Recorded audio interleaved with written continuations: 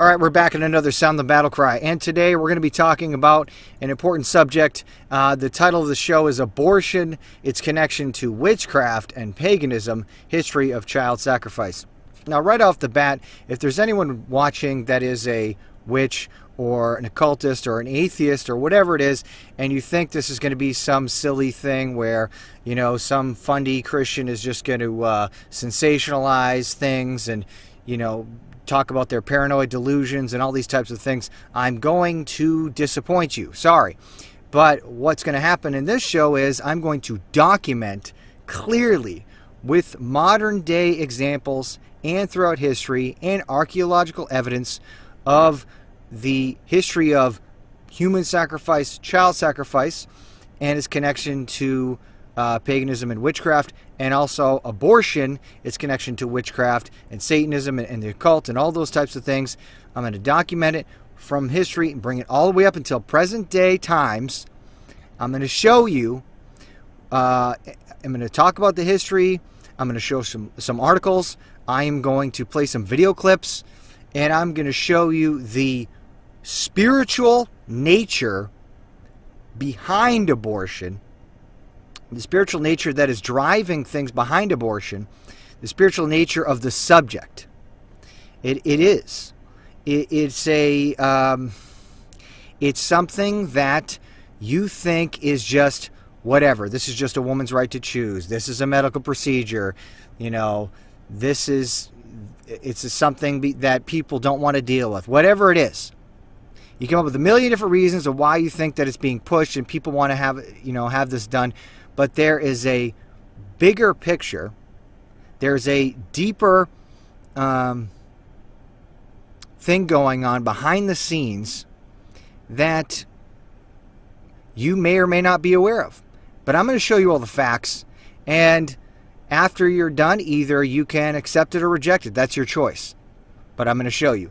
Now, one last thing, a disclaimer, is that before I get into this, I would strongly warn against any children watching this. I don't think it's a good idea.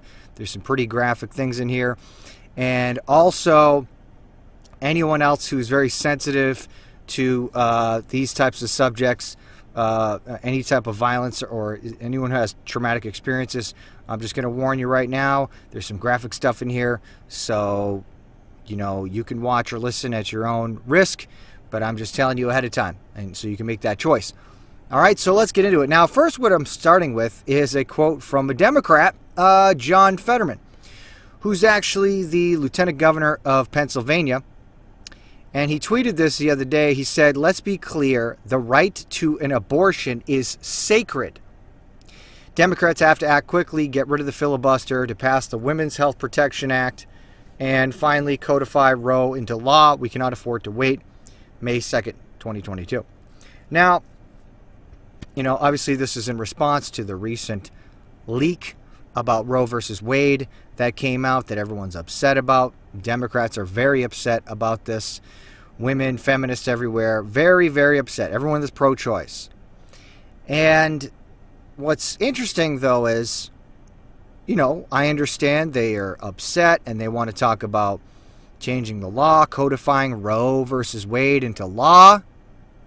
But the fact that this man says the right to an abortion is sacred is very strange to me, because sacred is religious terminology. Okay? And you hear people use this term sometimes, saying this is sacred and that is sacred. Well, that's religious terminology. Now, we're not going to go down the rabbit trail and talking about how, you know, that all this woke stuff is a religion, right? But we're just focusing on abortion, because he says the right to an abortion is sacred. So let's focus on that. Now, I wonder if there's anyone else who would use that terminology, sacred, other religious terminology, when they're referring to abortion. Well, they do. And we're going to see that documented. All right, so let's continue. So what we're going to start with, actually, is a video clip. And this video clip is from a woman named Abigail Seidman, and she is the daughter of a woman who worked at, I don't know if she owned the clinic or worked at the clinic, but it was basically, this abortion clinic was run by a witch's coven. And she was there. She saw it firsthand. It's an 100% fact. She tells a firsthand account of witches running this, and that they considered abortion a part of their religious beliefs and practices. So we're going to play that clip, and you can see for yourself. All right, so we're going to play the clip now of this woman who's the daughter of the witch that worked at the abortion clinic.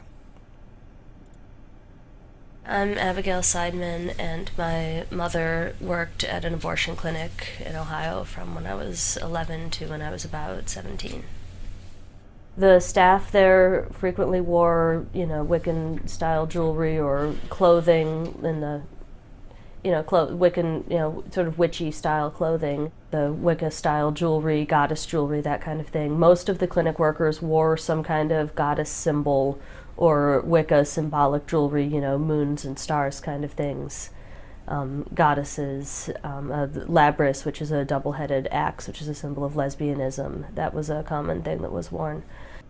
But as far as I know, the circle, the coven or circle or whatever, was the abortion clinic. That was the group. They did ceremonies together as a group. There was one woman who annually got pregnant every spring and had an abortion every fall. That was, a big sort of ritual thing that they all did. That's the first I heard about it. As I remember asking my mother, like, why is she getting pregnant on purpose if she doesn't want to have a baby? And, why is she waiting to have an abortion until fairly late? And why does she do this every year? And my mother kind of didn't want to give me the full answers about those. And a lot of it was, you'll find out when you're older someday. When you've had an abortion, you can understand. A lot of people think the same thing I thought when I was 11 and saw occult jewelry on people. Oh, that's weird jewelry, or that's a pretty thing, or whatever.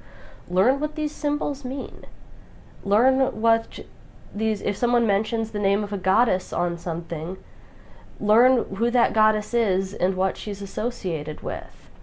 That's the best evidence. That's the best thing I can say as far as evidence. There were statues all over the clinic that I now recognize as being Ashtaroth, or there were dragons. Dragon symbology is very common. If you see this kind of stuff, that's the evidence. That's the only smoking gun I can give you, is find out. You have to educate yourself and then draw your own conclusions from the evidence. Tiamat was sort of a Mother Earth type deity, but with a twist. She was the great dragon who the Babylonians said had created the universe, and then Marduk, the god of the sun and the light, killed her and used her body and blood to create the earth and all the life on it. And what I overheard in bits of conversation or had explained to me was that by stealing blood from men, we were stealing men's power back by killing their children. And by feeding the blood to Tiamat as Mother Earth, we would help her regain her strength, and then eventually she would rise up and overthrow the male-dominated world, destroy the current world, and recreate a new world to be ruled by women, which, of course, would be the ideal. This was definitely a, man-hating, women-only culture. They're the ones who are truly pro-abortion. Most people who identify themselves as pro-choice they're really pro-choice. They're not necessarily pro-abortion. They just think abortion ought to be available as an option. These people, the people I'm talking about, this core of abortion-worshipping, goddess-worshipping feminists, believe in abortion as a good. They want more abortion. They want to encourage abortion. They think there needs to be more abortions, that we're not having enough, that it's not doing enough to be encouraged, that it needs to be celebrated.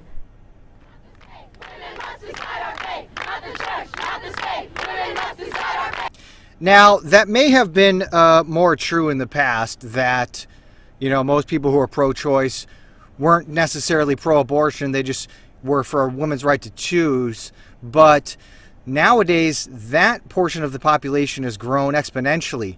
And everywhere I turn nowadays, I see women that are pro-abortion. and they do shout your abortion and celebrate it and brag about how many abortions they've had. And I've seen women dance around at abortion clinics and laugh about their abortions. And they say no apologies, no shame, no guilt, no stigma, just, kill the babies, no problem. Doesn't matter to them. Okay, so that is definitely growing, the amount of people that are for that. So anyways, this clip was very eye-opening, I hope. And this woman, like I said, her mother and her friends were witches that were running this abortion clinic, and abortion was part of their ritual. And, the one woman who got pregnant in the spring and had an abortion in the fall, that was part of her practice. Probably, it coincided with the witches' Sabbats, like Beltane and Samhain and all that stuff. And then they worshipped Babylonian gods, like Marduk, who's also a blackened death metal band I used to listen to. But anyways, they worship these gods, false gods, and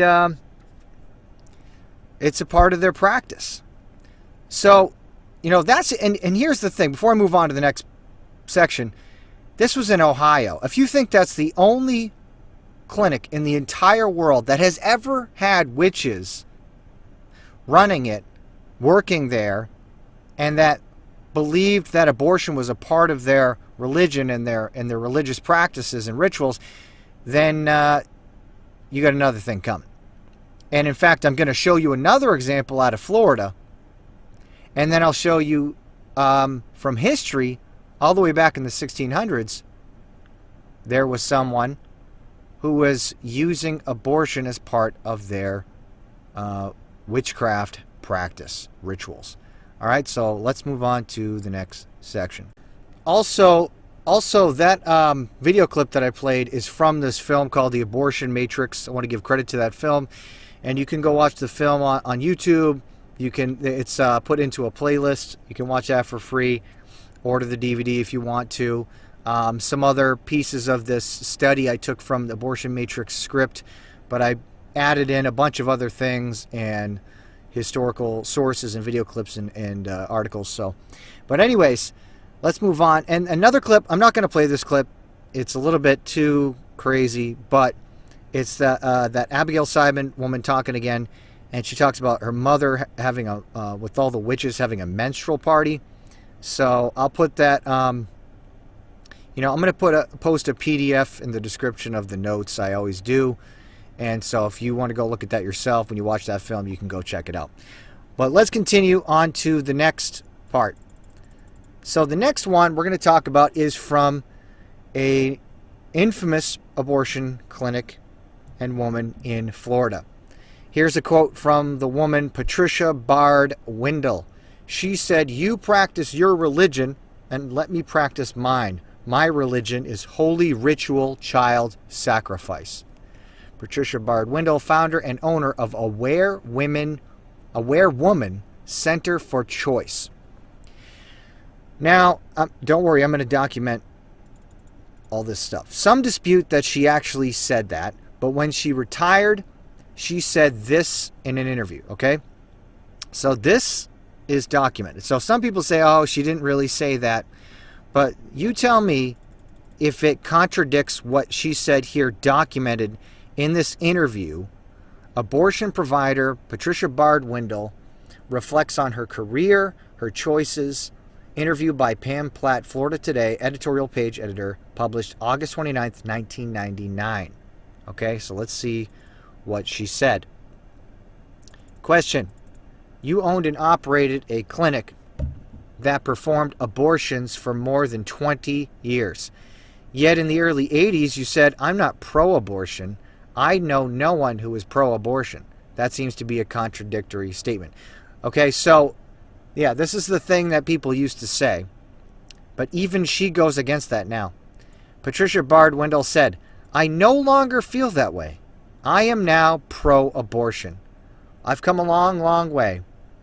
Like the average person at the time, I knew more about abortion because I had studied it. But it's one thing on the page.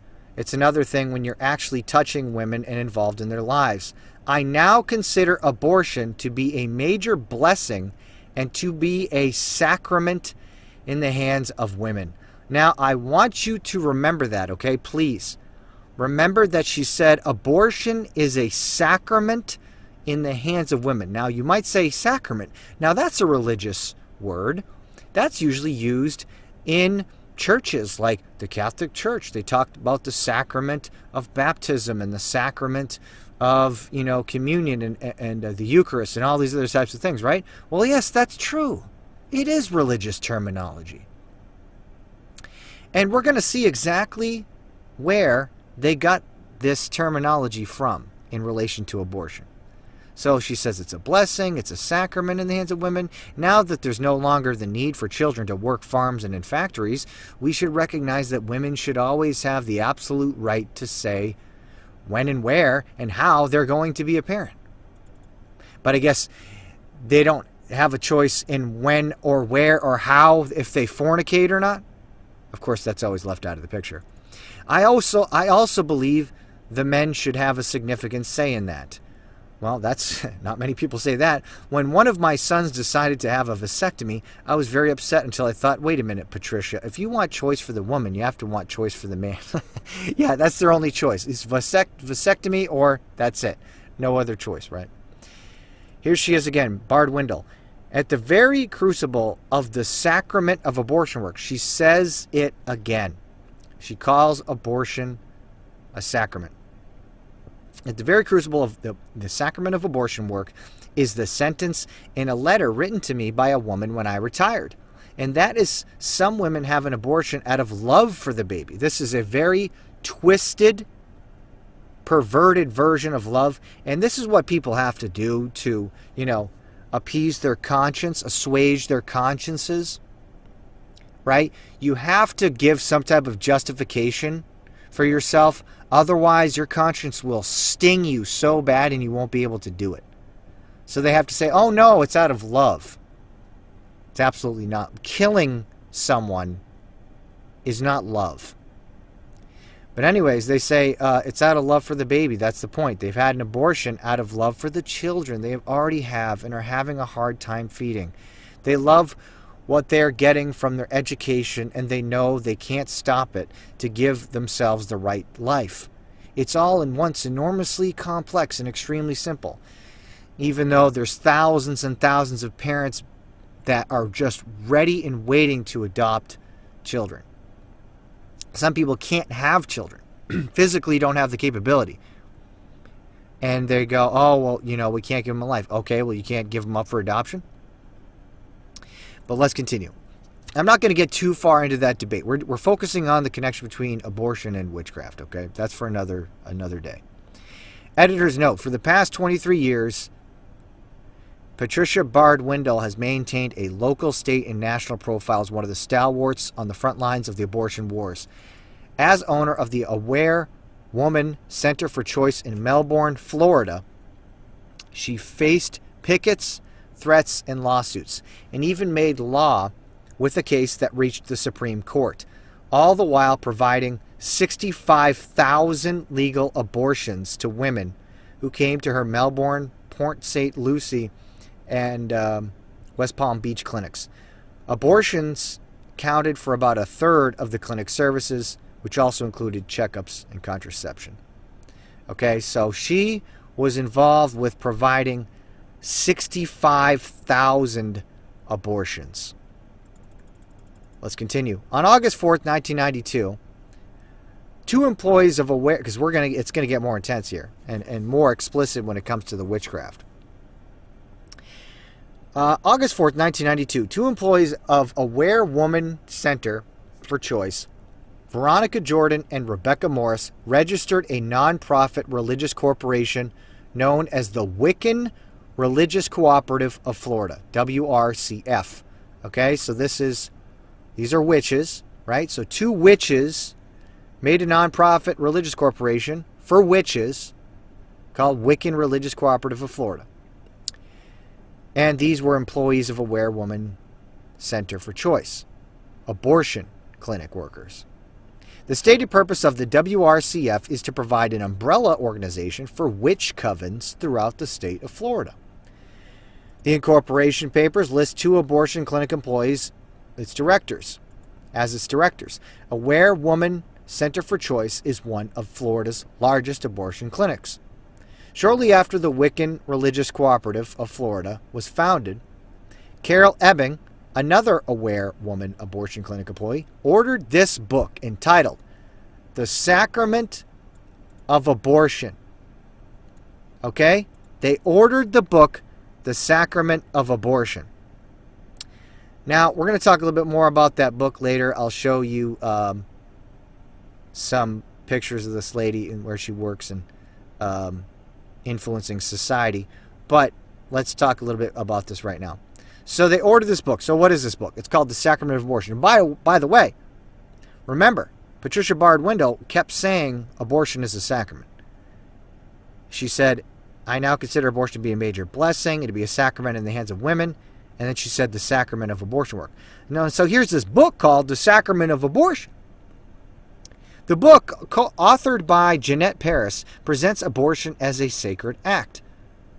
Paris calls abortion a sacrifice to Artemis, who refuses to give life if the gift is not pure.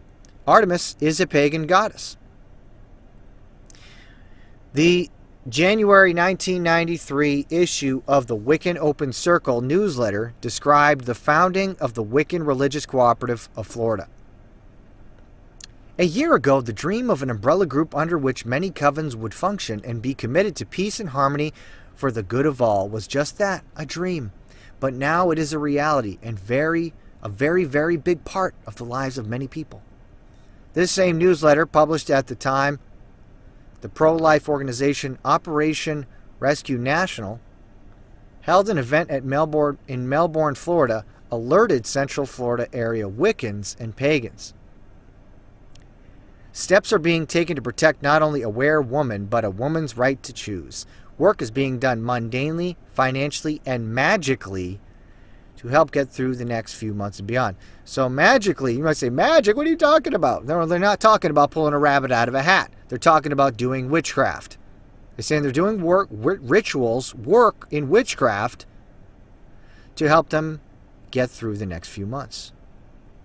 Readers of Open Circle were encouraged to become clinic escorts and were told how they could help fund the South Brevard National Organization of Women's program to help low-income women have abortions. Wiccans were also encouraged to work their magic on the area surrounding the Aware Woman abortion clinic. Quote, many individuals and groups have been helping to magically protect the building and property. This has been done by magical and psychic shielding being put on and around the property. Is this just an aberration? A bizarre but one-of-a-kind example of an abortion clinic that happens to have ties to a witch's coven? Or is it representative of something deeper, more sinister, and yes, even endemic to the entire abortion movement? Right? You can't just say it's a one-off thing. Now, we see this clinic in Ohio. Now there's another one in Florida, and it's connected to all these covens throughout Florida. I mean, and then it just goes on and on. It's like, you know, after it starts to stack up after a while, with case after case, it stops being a coincidence. And there starts to emerge a pattern between witches and abortion, and them wanting abortion to use it as part of their religious practice and their rituals. Okay? When we consider abortion, most people immediately think of the medical procedure with all its profound social and political implications. These have and will continue to be well known, discussed, and debated, but what few understand are the deeper spiritual realities that swirl beneath its surface. And it's here, when we pull the lid off and examine this ancient procedure from a biblical and spiritual perspective, its far greater implications are revealed. Throughout history, these spiritual forces have operated primarily amid pagan cultures, inspiring people to sacrifice human infants to their deities as part of complex ritual to gain favors from them. And while it may be that a big portion of people involved in abortion today are not consciously engaging in child sacrifice, they don't think that's what they're doing, we need to understand that in the end, that is precisely what abortion is. The sacrifice of a human life for the convenience or needs of others. In this respect, it is no less barbaric than the human sacrifice practiced to ensure, for example, successful harvest. What's the difference? And people say, well, what about abortion for in the case of the life of the mother and all this stuff? Listen, 99% of abortions are because for the sake of they don't want to deal with the baby. That's it. That's a fact. Okay? That's what they mostly are used for. And what's crazy is if you don't denounce that, why should I take you seriously when you talk about the life of the mother? When you won't even denounce the other cases of them using it. No, you defend all of it. Okay? But it is a sacrifice of a human life for the convenience of others. No, I don't want to deal with it. So you sacrifice the baby. But anyways, we're proving though that, even beyond that, this is pushed by witches connected to them and their practice. All right, so what we're going to do is we're going to go back and we're going to show in history of human sacrifice and child sacrifice in connection to paganism and witchcraft, and showing that this has been around for thousands of years and that what's happening in modern day times is no difference. Now, the only difference is instead of having a big old statue, like we're going to talk about Baal and Molech in a second, instead of having a big old statue that with a bull head on it, with outstretched arms and a fire in the belly and people tossing babies in, they hide it. And they make a clinic in a nice building and make it all quiet and say it's a simple medical procedure and all this other type of stuff, and they have doctors do it. But it's still the end result's still the same, isn't it? A dead baby, a murdered baby. It's still the same result. They just hide it from the public ritual so it doesn't immediately shock people. Okay, so let's look at some of this in history. Let's go all the way back, because even these witches now, who did Abigail say that they were some of the gods that they referenced? Tiamat and Marduk, Babylonian gods. Well, guess what? They're talked about all the way back in the Bible, thousands of years ago. In the book of Jeremiah, let's look here. Jeremiah 32:35, they talked about it.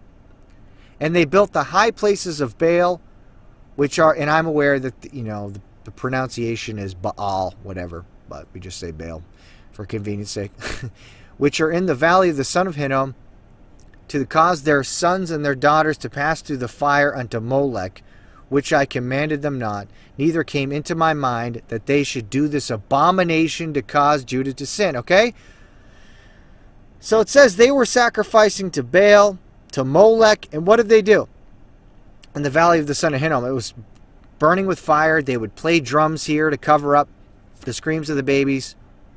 They caused their sons and their daughters to pass through the fire into Molech. They would throw babies into the fire burning in Molech's belly. Moloch, Molech, same thing. Burn them alive, sacrifice the baby. And God specifically condemns it. It says, I commanded it not, neither even came into my mind that they should do this. It's an abomination. Here the Bible describes what modern archaeologists and anthropologists have discovered, that Moloch and Baal represent the same pagan god. The wife of Baal is Asherah, and the wife of Moloch is Ashtaroth. Asherah and Ashtaroth represent the same fertility goddess.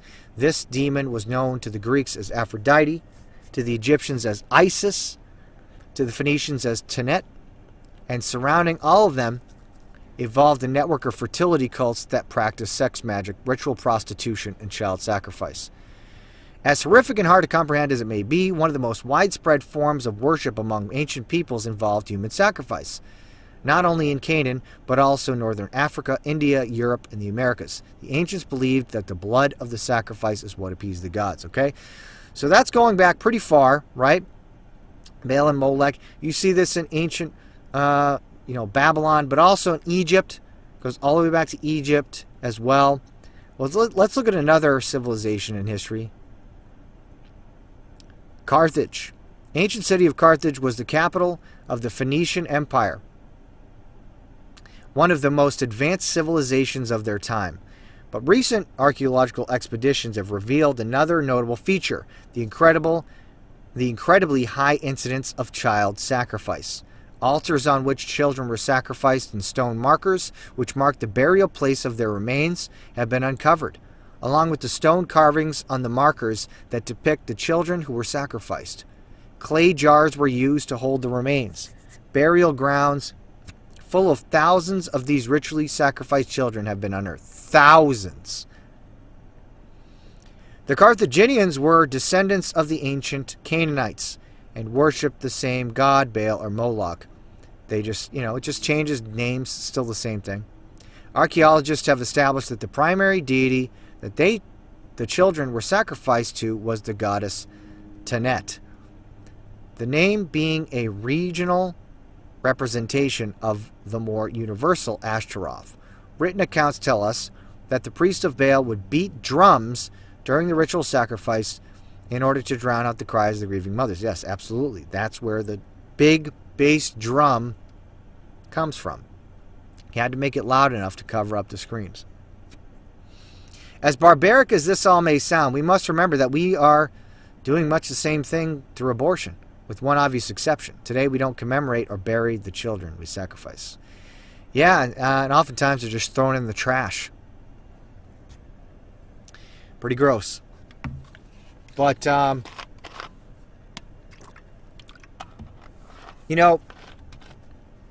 yeah, it's pretty gross if you think about it. But, like I said, the other difference is there aren't giant statues that the babies are being openly sacrificed to. But they can still secretly do it and believe that's exactly what they're doing, and the people that work there.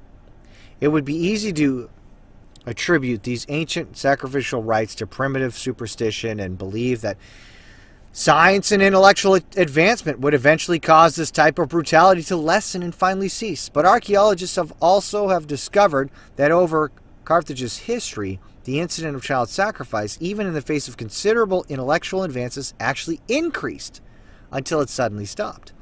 And how did it end? Well, this is controversial to some. How did it end? Well, when God judged Carthage, Roman armies invaded and destroyed the entire civilization, going so far as to cover the ground with vast amounts of salt so that the land could no longer be cultivated. The reason for this magnitude of destruction?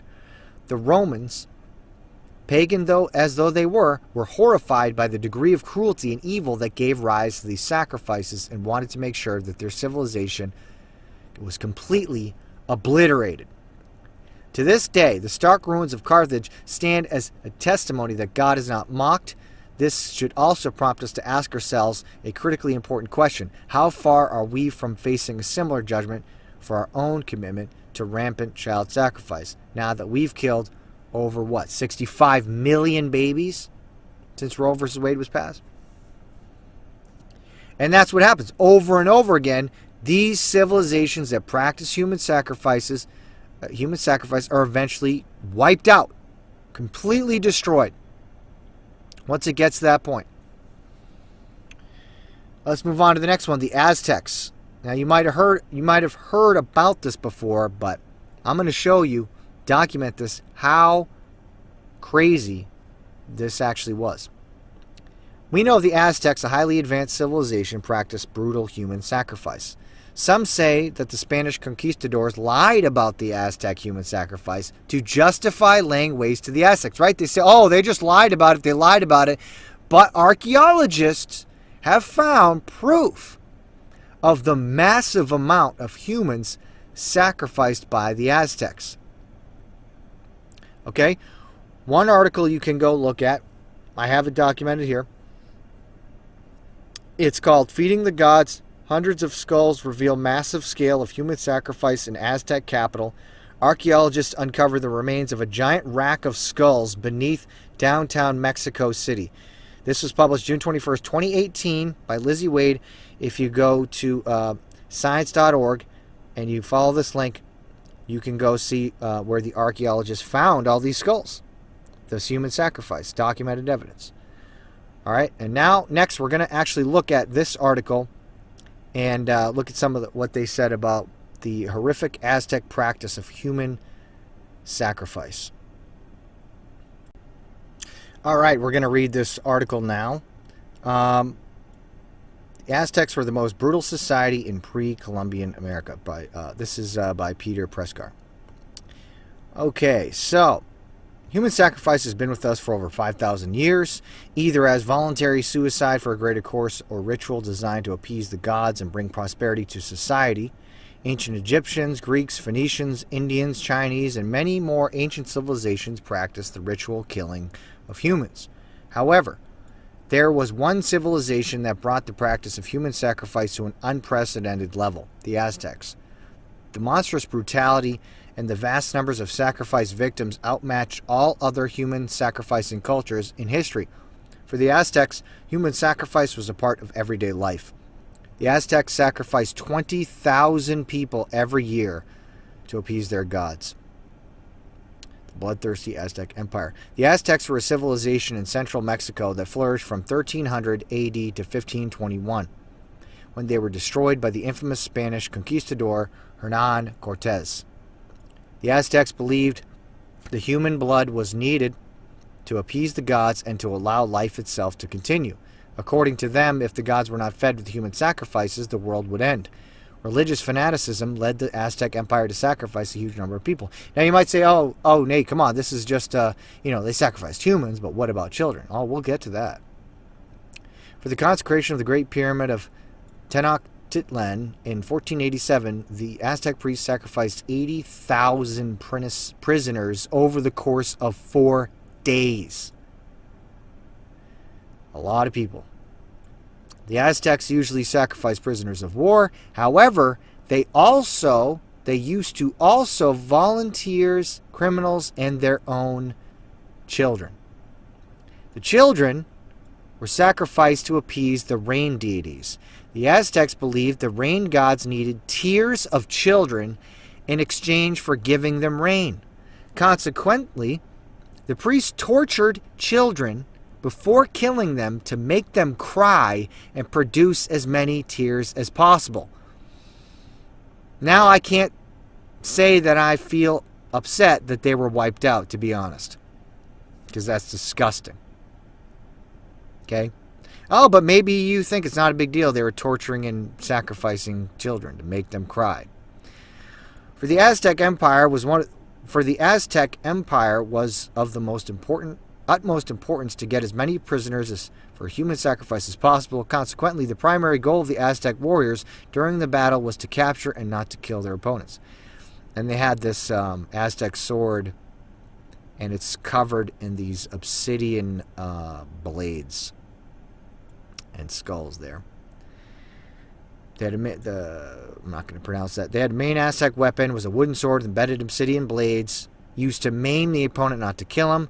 The only way up to move up the social hierarchy in the Aztec society was to capture prisoners for the sacrificial rituals. For example, to become an elite jaguar or eagle warrior, the warrior had to capture at least 20 prisoners. Human sacrifice was state-sponsored. After the fall of the Aztec Empire in 1521, the practice almost entirely stopped. But it still does continue. And there's other things. There's some artwork about that. Yeah, that's what they did. One more section. The sacrifice ritual began with the captive being walked to the top of the pyramid. The priest stretched the captive on the stone altar. Afterward, the priest cut with obsidian or flint blade through a captive's abdomen and tore out the beating victim's heart. The hollow cane was placed in the victim's chest where the heart used to be, so the son could drink the blood. The blood was then collected in a bowl. The warrior who had captured the slaughtered victim took the bowl and smeared the blood on the statues all over the town. The lifeless body was tossed down the stairs of the pyramid, breaking into pieces and staining the pyramid with blood. The body was carefully flayed, and the skin was made into a robe. The new clothing was colored yellow and worn by Aztec warriors for the next 20 days. The flayed skin shrank, rotted, and got a terrible smell during that period. They sound like Jeffrey Dahmer. Or what's the other guy? Ed Gein. One of those guys made like used human skin to upholster furniture. The victim's head was cut off, and warriors danced, and with the severed head in their hands. After the ceremony, they made a hole into the skull and placed the head on a scaffold called Zompantli, or a skull rack. And they found evidence of these skull racks, okay? And so, also cannibalism, they practiced that too. The victim's body was taken to the warrior's home and cooked together with maize. The stew was eaten by the warrior's relatives. Interestingly, the captor was prohibited from eating his sacrificed victim. However, he could use the victim's thigh bone to decorate his home. Now, to me, this proves that multiculturalism is absolutely stupid. To say that no culture is inferior to another, yeah, absolutely, that culture was inferior. That's disgusting, evil, and I don't know how you don't see that as demonic. How is it not? How could you not see how absolutely evil you would have to be to not only sacrifice thousands of people a day, but rip out their heart, eat their bodies, wear their skin as clothing, toss it around, decorate your house with their bones, body parts, torture and kill children. I mean, this is just straight up people. The only thing you can think of is these people were possessed by evil spirits. I mean, I don't know what evidence you want. You want to look to The Exorcist and have someone have their head spinning around and projectile vomiting. Well, how about them acting like this? Because this is pure evil. And the reason I read all that, this graphic depictions, is, you know, first of all, history is lied about, especially nowadays. Universities lied about, oh, the conquistadors lied about it. They didn't lie about this, okay? It was absolutely disgusting what they did. But it was part of their sacrifice to their gods. That's the point. Part of their religious practice. And this is just a theme over and over again throughout all these pagan societies through history. You sacrifice humans to appease their gods to get power. Okay? So let's move on to the next section. All right, moving on to the next section. The Roman historian Tacitus records that the ancestors of the English-speaking peoples, the Angles, sacrificed to the Mother Earth goddess. In his Germania on the Origin and Geography of Germany, Tacitus describes this gruesome ritual as a ceremony performed by slaves who are immediately afterward drowned in the lake. Jumping ahead a few centuries, the Celtic and northern German tribes, the ancestors of the English and German-speaking peoples, were commonly pagan idolaters who sacrificed their own children to the mother goddess. Child sacrifice and abortion were practiced and were accepted as facts of everyday life, the necessary consummation of their rampant sexual immorality. Right? Exactly. Whenever there is the fornication running around everywhere, promiscuity, there has to be abortion to cover it up, the consequences. Where did the practice of child sacrifice ultimately take these societies? The Canaanites, the Carthaginians, the Indians, Aztecs, and Northern Europeans, everyone who practiced open, culturally sanctioned human sacrifice to pagan gods and goddesses were eventually destroyed, wiped out by invading armies.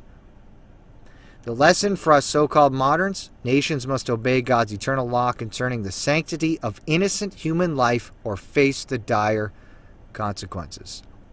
That's right. 100% correct. You shed innocent blood, that's what's going to happen to you. Okay? And, you know, like I said, I can do an entire other video, multiple videos on that, but let's keep going. Keep the focus on connecting abortion, child sacrifice to witchcraft and paganism. All right? Modern era. Let's continue here. All right. Let's look at this. During the reign of King Louis XIV, for example, there was a network of occult activity involving abortion and infanticide that reached even into the king's courts. Investigating a series of suspicious deaths, the lieutenant general of the police in Versailles was led to Madame de Montespan, Louis's favorite lover, and then to Lavoisin, a practicing witch and abortionist who had provided the poisons used in the murders. Upon further investigation, he learned that the abortion services connected with satanic rituals were also being performed, primarily for female members of the aristocracy. The following is the testimony of Lavoisin's daughter at the subsequent trial. Okay, so listen to this. This is what she says about her mother. At one of Madame de Montespan's masses, I saw my mother bring an infant, obviously premature, and place it over a basin over which its throat was slit, and its blood drained into the chalice. Note that the child was premature, likely the victim of one of the many abortions Lavoisin had performed. Then the cup filled with the baby's blood was lifted up to heaven, and this invocation was given. I'm not going to say this exactly, but they hail towards Ashtaroth, Asmodeus, all the stuff, right, to accept the sacrifice. Ashtaroth was the goddess wife of Moloch.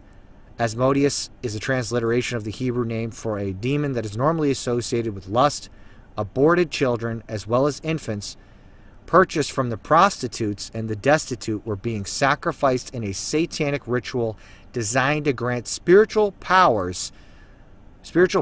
to the practitioners. And that's what they did. And it doesn't matter if you don't believe that or not. You don't believe in this power. They believe it, and they did it. At her trial, Lavoisin confessed that no less than 2,500 babies had been disposed of in this manner. And if you want to read more about that, there's a book. It's called Affair of Poisons.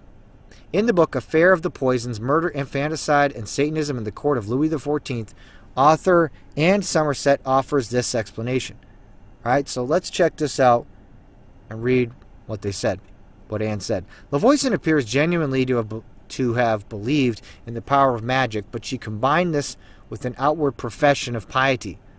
As the circumstances of her arrest suggested, she was a regular churchgoer, and her answers to her interrogators were to abound with devout sentiments and respectful invocations of the good Lord. When she finally began to make significant revelations, she would claim that she was doing so for the glory of the Lord, who had commanded her to heed his will as she knelt in prayer. Earlier in her career, her readiness to imply that she was in tune with the workings of providence had stood her in the good stead, for clients were comforted by her apparent belief that her personal activities were compatible with Christianity. It may be that Lavoisin herself was scarcely aware of any contradiction. Yeah, I don't know about that. Once having assisted at an abortion, she was said to have wept tears of joy when the midwife in attendance baptized the fetus. Far from being troubled at having terminated the unborn child's existence, she exulted in having been instrumental in securing its salvation. You know, there's a lot you could say about that, but, you know, she did try to put on a religious veneer, and I think it was more so of covering up what she was doing, not really trying to, thinking that she was that religious in these types of things. It's more just covering up, because she was clearly calling out to demon gods and stuff. So it's just crazy to say, oh, she also thought it was Christian. It's just, that's just doesn't make any sense at all. Okay, so if you want to go read more in that book, The Affair of Poisons, Murder, Infanticide, and Satanism, the Court of Louis XIV, you can check out that link and go look at that book. The French Renaissance saw the revival of interest in the Greek and Roman gods. King Louis XIV himself loved paintings and mythological themes and had a particular fascination with the sun god, Apollo. In paintings of that era, Louis is portrayed as the Sun King. Lavoisin, no doubt, shared Louis's fascination with pagan gods and goddesses. She mixed this with a kind of folk witchcraft, herbalism, astrology, and the concoction of love potions and various poisons, including potions used to induce abortion. Lavoison's vocation as a poisoner is, in fact, the most documented element of the affair. The 1997 film Marquise depicts the story of a young actress played by Sophie Marceau who purchases poison from Lavoisin in order to murder her husband so she might be free to marry her lover. Now we're going to read real quick just the introduction from her Lavoisin's Wikipedia profile. All right, we're just going to read a little bit of this Wikipedia profile. Okay, Lavoisin. Catherine Montvoisin, or Montvoisin, known as Lavoisin, and she was alive from 1640 to 1680, was a French fortune teller, commissioned poisoner, and professional provider of alleged sorcery. She was the head of a network of fortune tellers in Paris, providing poison, aphrodisiacs, abortion, purported magical services, and the arranging of black masses with clients among the aristocracy, and became the central figure in the famous Affair de Poisons. Her purported organization of commissioned black magic and poison murder was suspected to having killed 1,000 people, but it is believed that upwards of 2,500 people might have been murdered, which she confessed to. Okay, so there she is there. So you can, there's a bunch to read there. If you don't want to buy the book, at least you can read this Wikipedia profile for free. And it might not be 100% accurate, but you can go chase down some of the sources and look at that, look at the story. And you can see that she did, she practiced abortion. She tied the practice of abortion in with her witchcraft, black masses, satanic rituals. She 100% did. So you can go read about that. She started to include abortions for wealthy clients. And then they were also burned in a furnace, which, by the way, happened in modern day times. It was found out that fetuses were being burned at an abortion clinic. And then to heat the place, I believe, yeah. So anyways, let's continue on here. Professional sorcery. Oh, yeah, there we go. Her business as a fortune teller gradually developed into a business of professional black magic. It's not alleged. It was. She did. It's funny how they say alleged black magic. She did black masses using women as an altar and killing babies. It's what she did. So anyways. Yeah. Okay, look at. Finally, her most radical and expensive recommended practices were the black mass, where she could arrange for clients to profit, during which the client could pray to Satan for their wish to come true. During some of these masses, a woman performed as an altar upon which a bowl was placed. A baby was held above the bowl. The blood was poured into the bowl. Where the baby was actually killed? Yes, the baby was killed. No, it wasn't stillborn. They killed them. Anyways, you can go read more about that or the book. All right, let's continue on here. All right, continuing on past Lavoisin. So that was that one. And, it's back in the 1600s. So, again, we talked about ancient cultures going all the way back into these times, 1600s up to modern day times. It's been going on all throughout history. It's just that today, especially modern day America, it's just covered up under the cover of secrecy. No one wants to admit it. Let's continue. Likely in the minds of Lavoisin and others who practiced these abominations, they were doing a good thing, quote unquote, in providing abortion to women whose children were products of adultery, fornication, or incest. But is this any different than what we commonly see in the 21st century? The notorious abortionist George Tiller. All right, let me make a comment about George Tiller for a second. I officially do not endorse the violence that was done to Tiller. Thank you. The notorious abortionist George Tiller, who was shot to death in 2009, employed a resident chaplain in his late-term abortion clinic. Observers outside the clinic would note the frequent smoke arising from an incinerator chimney as babies were cremated inside the building. I was just mentioning that earlier. There's other cases of this, though, too. Tiller's website advertised baptisms, funeral services, celebrations, and blessings for the aborted fetus prior to being burned in the incinerator. Whether intentional or naive, blatant or hidden, there is a growing association of abortion with these bizarre religious rituals, including witchcraft. This abortion clinic in Seattle, Washington, Aradia Women's Health Center, for example, is another one. We talked about Ohio, we talked about Florida, now Washington. Aradia Women's Health Center, for example, was named for the goddess associated with witchcraft. Aradia is a goddess, alleged figure of Italian folklore in Charles Godfrey Leland's Aradia, or the Gospel of the Witches. According to Leland, Aradia is the daughter of the goddess Diana and Lucifer, who came to earth to teach witchcraft to her oppressed worshippers.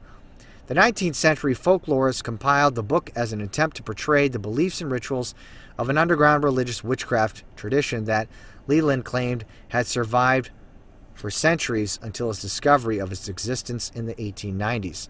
The Gospel of Aradia became the first real text of the 20th century witchcraft revival. From Book Review, the new edition of Leland's Aradia, Pomegranate Journal of Pagan Studies. All right, you can look at that there. So again, another association with witchcraft, goddesses, and abortion clinics. Again, how many times does this have to happen before you say it's just a coincidence? Let's continue. 20th century Americans were first enticed by the sexual revolution that took place during the early 20th century, what is often referred to as the Roaring Twenties. Industrialization, the automobile, the rapid spread of information through radio and the print media, the birth of cinema, and a number of different other cultural phenomena unleashed a wave of new ideas and possibilities that the church at the time was ill-prepared to address. As a result, biblical standards, particularly as regards to sexual mores, began to fray and then break. Into this volatile mix stepped Margaret Sanger, founder of the American Birth Control League and the abortion movement. Sanger is among history's best examples of destructive power of spiritual deception. In a biography written by an admirer, Sanger was described as having, quote, tried to dispel depression by sex travel, Rosicrucianism, numerology. Now she tried a new panacea, astrology. Okay, so if you didn't know that, Margaret Sanger, founder of Planned Parenthood, was into Rosicrucianism and astrology, occult practices. Sanger was a confirmed adulteress who consistently and publicly supported a woman's right to destroy, kill babies. She became deeply involved with Havelock Ellis. We'll talk about him more later. A modern-day false prophet who advocated a variety of bizarre sex practices, supposing them to be the keys to spiritual enlightenment and power. For Margaret Sanger and her militantly, even religiously promiscuous lifestyle, abortion became a necessary backup for contraceptive failure. Using abortion as a contraceptive. Yes, the American Birth Control League eventually became Planned Parenthood and has grown to be the single largest abortion provider in the world. Along with killing millions of babies, they have promoted promiscuity, and that's the demand for abortion, through sex education programs that frequently ignore and even mock biblical standards of modesty and chastity. They absolutely mock abstinence, and they are perverting the minds of young people everywhere, indoctrinating them. And all of this comes with the support of your tax dollars. From 2013 to 2015, Planned Parenthood received over $1.5 billion in taxpayer funds. Following Sanger came the 60s, the invention of the birth control pill, and the century's second and biggest cultural and sexual revolution. Again, a sleeping church was little match for the tsunami of so-called free love, religious syncretism, and moral relativism, statism, feminism, and explosion of drug use and its spiritual relation, sorcery, right? Because the Greek word underlying sorcery is pharmakia, where we get pharmacy. When Roe versus Wade was being debated in the Supreme Court, the vast majority of professing Christians were missing in action. So in 1973, abortion was codified as a fundamental, constitutionally protected right, in part to mop up the results of all the, quote, free love. Soon, over 1 million preborn children were being killed a year, over 60 million babies sacrificed and counting to this day. And I know now there's all this upset with the Roe versus Wade. But by the way, some people think that they're trying to lie and say, oh, if Roe versus Wade is overturned, that means, abortion is outlawed across the country. That's not what it means at all. It'll go back to the states. And if you live in a liberal state, then pretty much won't change. So it might even get more extreme. So, of course, there's always lies about those types of things. Let's continue. Whenever pagan sexual immorality is accepted, abortion and child sacrifice becomes a necessity in covering up the fruit of sin. One high priestess of a witches' coven explained her support of abortion this way. It is only in maintaining full control of our bodies that we maintain our full empowerment as priestesses. In her article, Ethics of Abortion, A Witch's Perspective, Lady Lee wrote, access to abortion is truly a witch's issue. Lady Lee, Ethics of Abortion, A Witch's Perspective, Feminista, number 3, 1999. In other words, this high priestess is saying abortion is an essential part of sexual liberation, which is an essential part of the craft, witchcraft, in Power of the Witch. Spokeswoman for the Witches League for Public Awareness, Lori Cabot, extols that the paganism, the ancient Celtic world in which fornication, adultery, and homosexuality were normal. The mother goddess cult is presented as a joyous, playful, sensuous, peace-loving culture. Cabot describes the permutation of the mother goddess into an old crone and the horned god into a ravenous animal. Cabot's description closely mirrors the transformation of ancient deities from sensual sun gods and fertility goddesses into demons of ritual human sacrifice. Child sacrifice and abortion were practiced and were accepted as facts of everyday life, the necessary consummation of rampant sexual immorality, right? So over and over again, witches talking about abortion over and over again. Why? Witchcraft, feminism, and child sacrifice. Of course, we're going to talk about that a little bit. Mention Christianity versus witchcraft and negative images of the burning times. The Salem witch trials and outbreaks of religious hysteria among superstitious people come to many people's minds. Oh, they're gonna burn the witches. Like those cringe feminists wear the shirts like, we're the granddaughters of the witches you couldn't burn. Oh man, it's so good. All right, but anyways, besides that, it's I have no desire to do that, to put anyone who's a witch to death. In fact, I believe that they can be converted. That's what I want. I just want them to repent of what they're doing, and they can become Christians. 100%. That's it. But if they don't repent, I don't want to use the arm of the state to kill them, subjugate them, whatever it is that they're going to think, that we're going to burn them.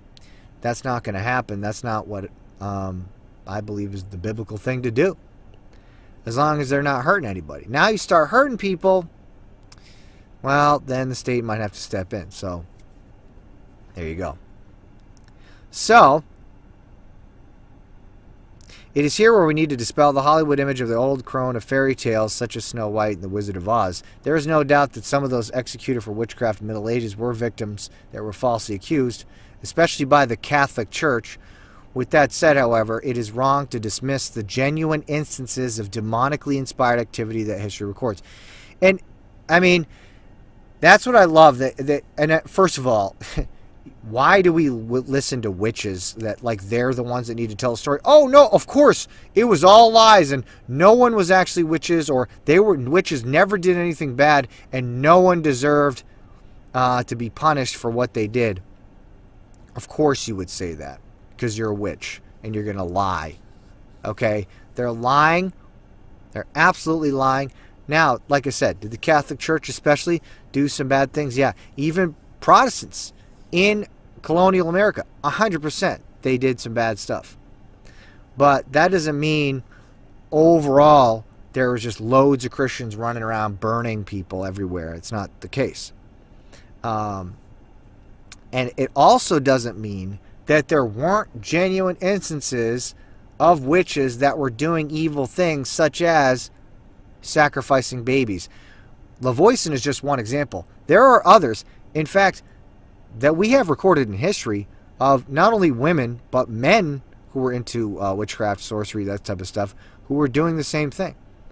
There's some wild, wild historical accounts that you can read about where this stuff was going on. And I mean, hey, they even found well, I'm not going to go down that road. But anyways, too many rabbit holes, okay? I'm not going to do it. But let's continue. 20th century Wicca. All right, let's talk a little bit about Wicca, okay? Because that's something that just comes up a lot. The Wicca, witchcraft, whatever, and what the difference is. But let's talk about what Wicca is. And there is some involvement with this subject. Dr. Gerald Gardner, an anthropologist, spent the early part of the 19th century studying groups that practiced magic around the world. At the time, he believed that witchcraft, as it had been practiced by pagan Europeans, had been extinct for centuries. But in the 1930s, Gardner discovered a group in Great Britain that was still practicing the craft. Fascinated, Gardner was initiated into the coven, studied its rituals, and eventually became one of the foremost experts and advocates for the ancient religion. Now, I just have to say, first of all, I try to steel man the arguments of opposition, and when I'm trying to tell the history of this type of stuff, I don't want to exaggerate anything or misrepresent anything, so I'm just trying to source everything as best as I can. But this whole thing about this history of Wicca, too, I just think is kind of silly, to be honest, because there's been witchcraft going on for so long. People know about and different occult practices, and I know they had to be underground a lot of places, but this whole history of Wicca with Gerald Gardner, I just think is kind of funny. But anyways, here's the history of it. Fascinated, Gardner was initiated into the coven, studied its rituals, and eventually became one of the foremost experts and advocates for the ancient religion. At the time of Gardner's discovery, witchcraft was in hiding. There was no publicly known covens in the United States. And again, publicly known. Doesn't mean they weren't here. They were definitely here. And some countries, such as England, had laws in the books outlawing witchcraft. Again, doesn't mean it wasn't going on. It was just underground. They weren't openly flaunting it. On the publication of his book, Witchcraft Today, Gardner began to hear from other covens throughout Europe, which had also survived. He spent the rest of his life writing on Wicca and promoting witchcraft throughout the world. Today, Gardner is regarded as the grandfather of modern Wicca and the primary force behind its revival in the latter part of the 20th century. One of Gardner's followers, Raymond Buckland, was initiated into the craft 1 year before Gardner's death in 1964. He introduced Wicca into the United States during the cultural sea change that was the 1960s. Buckler, like Gardner before him, believed that in modern-day Wicca, the rituals of the ancient earth religion had survived. What exactly then is modern Wicca? Wiccans today draw their religious ideology from the Mother Earth cults of the Celtic and Nordic peoples of pre-Christian Europe. The word Wiccan first appears in an early manuscript of Anglo... And by the way, that we're going over this for a reason, okay?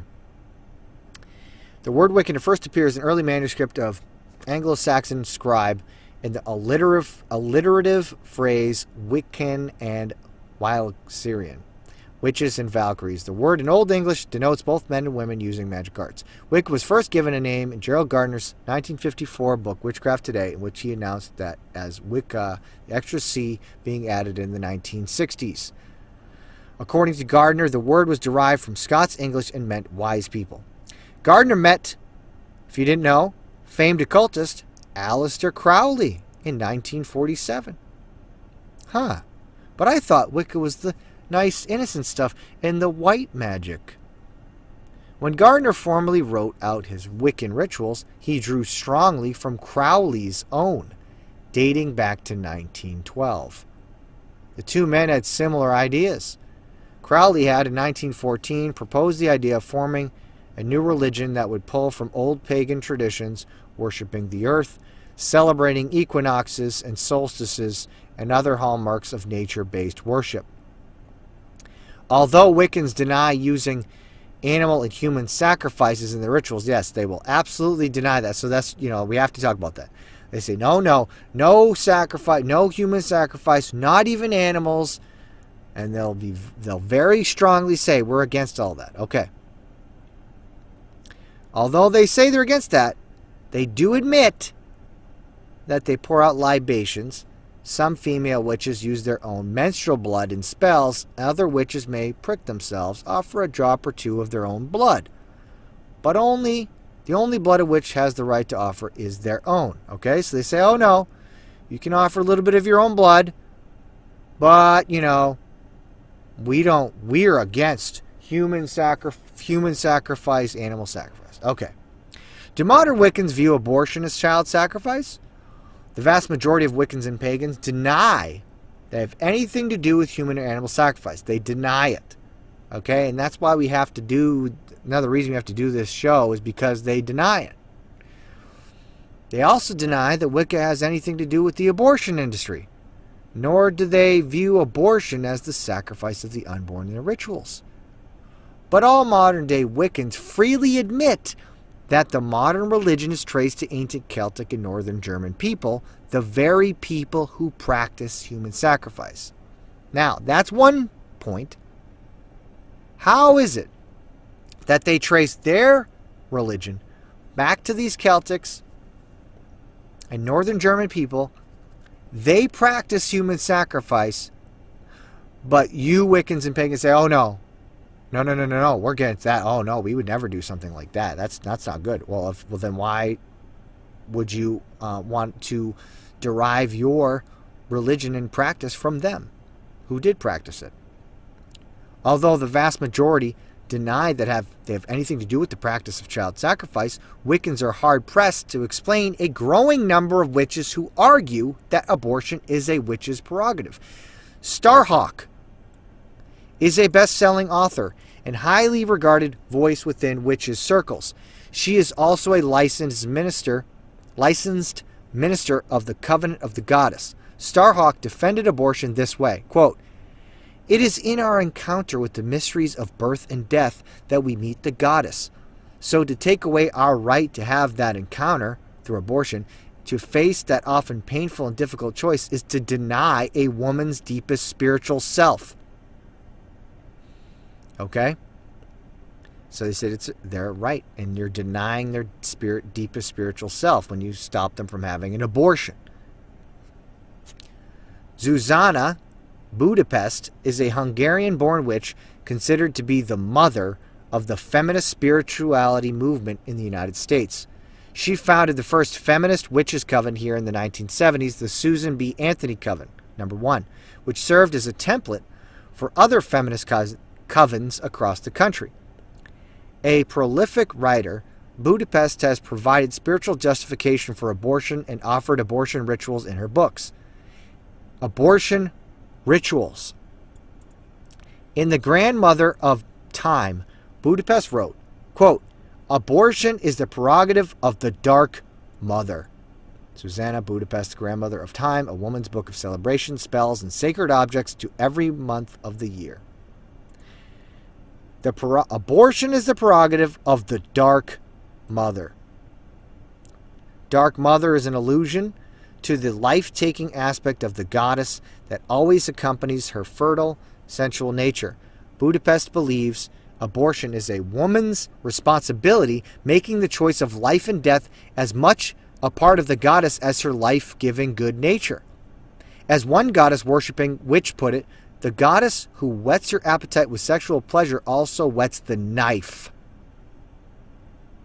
Wow. The knife to kill. Nevada Kerr, abortion is a sacred right. Now, back to one we were talking about earlier, Jeanette Paris, who wrote that book, Sacrament of Abortion. Let's take a look at that. Jeanette Paris is the author of the books Pagan Meditations, Pagan Grace, and the Sacrament of Abortion. She is a witch who currently serves on the core faculty of the Pacifica Graduate Institute in Carpinteria, California.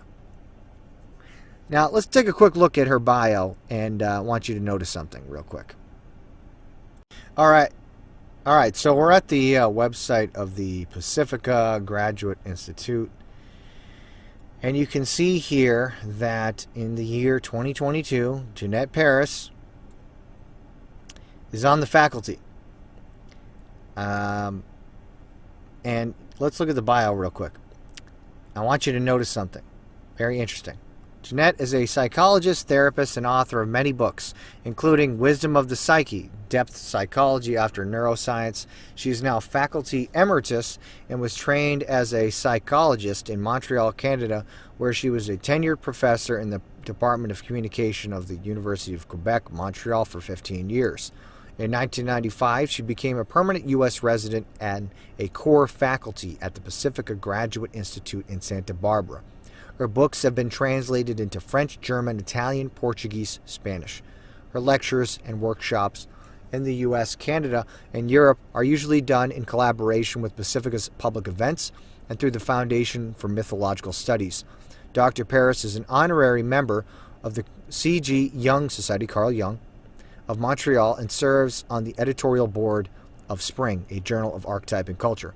Publications include that she has done Heartbreak, New Approaches to Healing, Recovering from Loss and Mourning, Wisdom of the Psyche, Depth Psychology After Neuroscience, Pagan Grace, Pagan Meditations, The Psychology of Abortion, Marriages, Archetypal Psychologies, Reflections in Honor of James Hillman.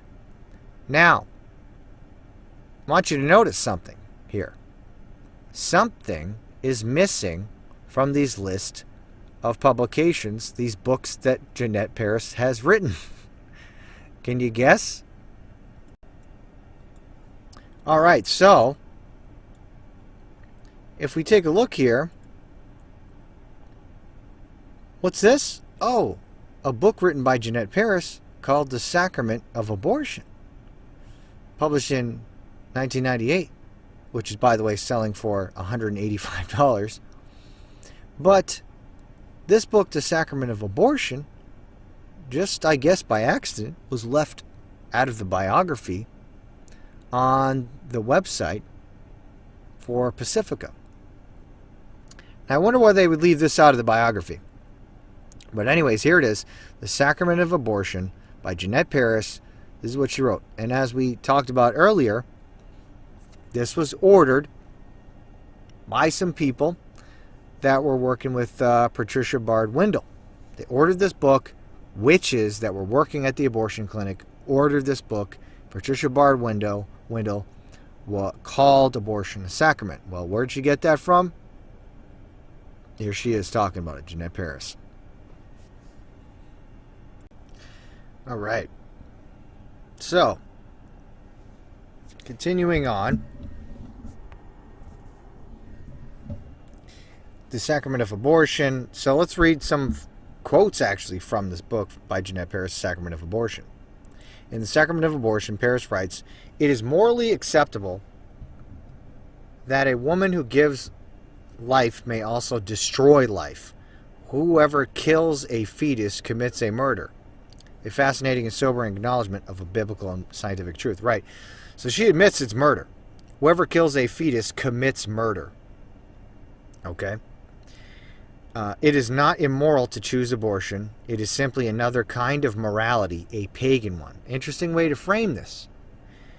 One can occasionally resort to abortion when it is necessary to sacrifice the fetus to a higher cause. Sacrifice the fetus to a higher cause. In the book, a woman is instructed to consider the reasons behind abortion. Paris asks, to what ideal or what set of values is she sacrificing the fetus? Her repeated reference to sacrifice is purposeful. Her entire book can be summed up as advocating abortion as a sacrifice to the goddess Artemis.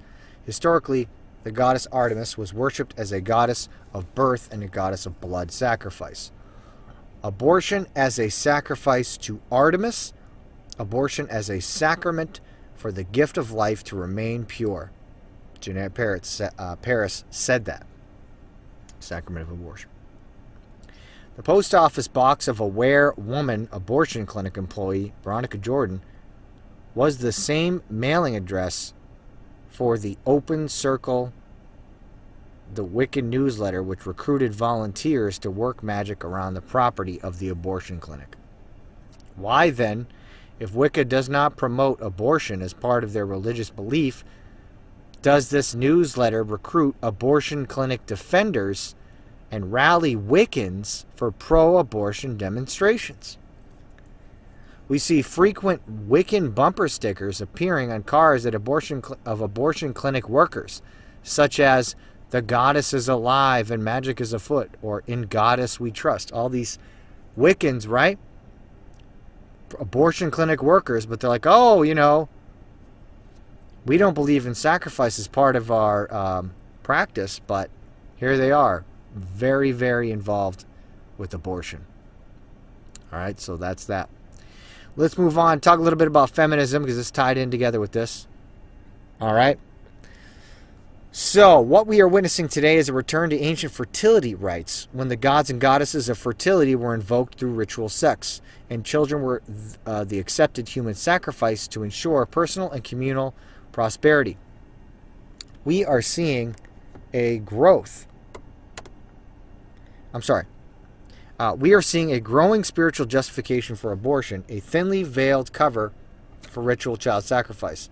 An example of the spiritual deception that so often leads to the trampling of the sanctity of life can be found in a newsletter published by the National Abortion Federation.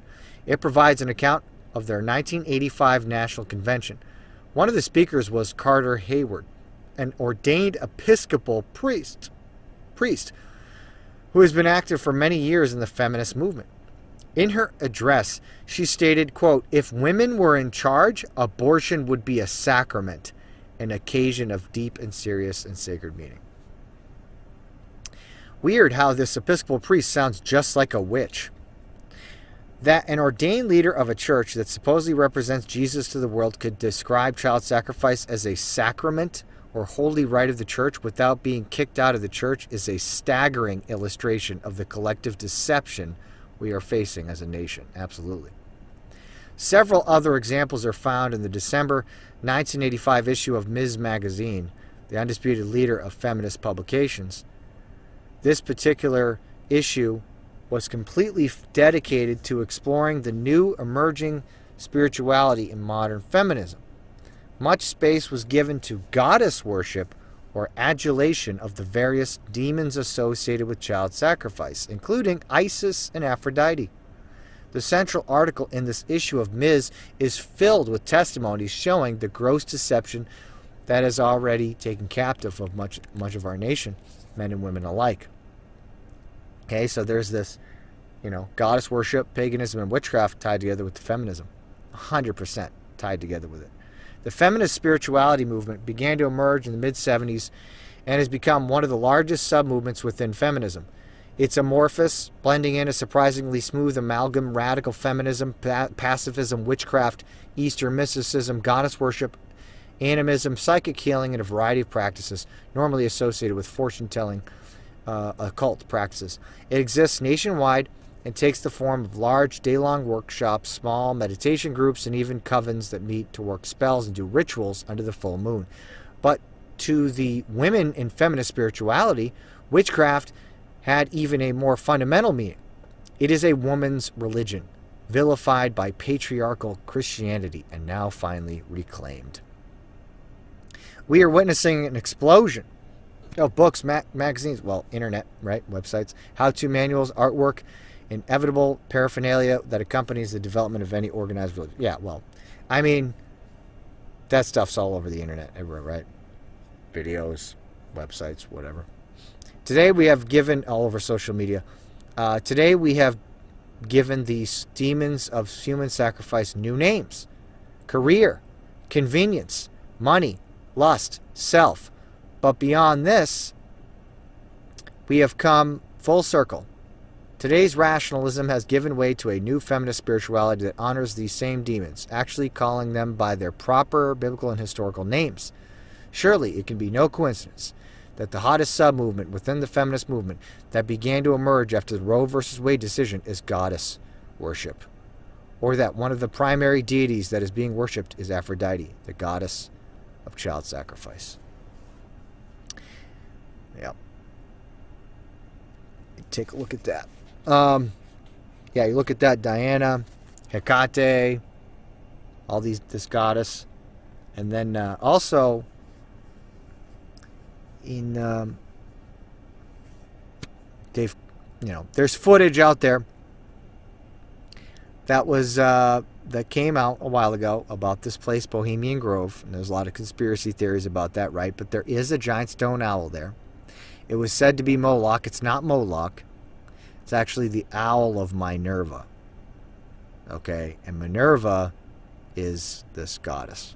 Okay, so think about that. And they do there they do this ritual where it's like a mock sacrifice, the cremation of care and all this stuff. But just think about that in the context of everything that we looked at. All right, continuing on here, we're getting closer to the end. Do what thou wilt. That's this section. Of course, while witchcraft, goddess worship, and other forms of pagan spirituality serve to undergird and empower the abortion industry, the vast majority of its supporters have no conscious interest in and may well even condemn such forms of occult spirituality. I think that's changing every day. There's more and more occult practicing going on. No matter, as long as they sacrifice or support the sacrifice of children to the idols of convenience, they are, whether they realize it or not, ensnared by the devil who are taken captive by him at his will. It's true. Doesn't matter whether they, what the reason they think that they're doing it for, they're still doing it. As Jesus said to the people who were even convinced that they were on God's side, "You're of your father the devil, and the lusts of your father you will do." He was a murderer from the beginning, right? They were saying they were coming in the name of God. The Pharisees did. Supposed to be highly religious people. He says, "You're of your father the devil." So it doesn't matter, what they say that they're doing, why they're doing it, or whatever. It doesn't matter if you go to church and you still get an abortion. It's still absolutely wicked, and there's all these underlying spiritual things going on here. But there's another spiritual dynamic feeding into the abortion industry that we should also consider. The late 19th and early 20th century saw a growing interest in Eastern mysticism, pagan spirituality, and even occultism, particularly among the liberal elite in the West. Enlightenment, humanism, and higher criticism, the field of textual analysis that increasingly questioned the inspiration and inerrancy of the Bible, created a spiritual vacuum into which flowed all manner of alternative and esoteric beliefs, many of a sexual nature.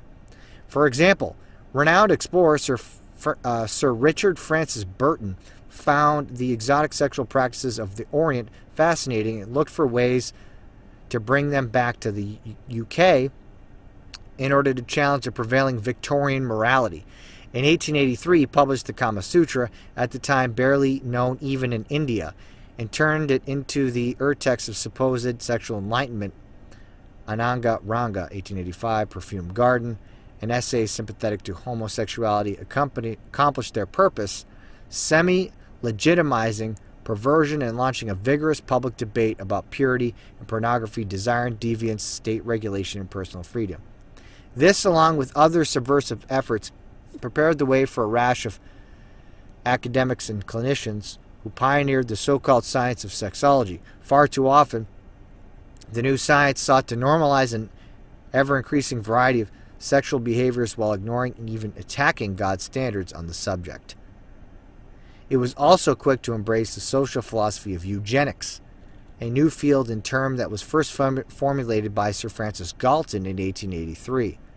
Drawing on the recent work of his half-cousin, Charles Darwin, Galton proposed that the human race could be improved by a sort of guided natural selection, encouraging the reproduction of some people while discouraging others.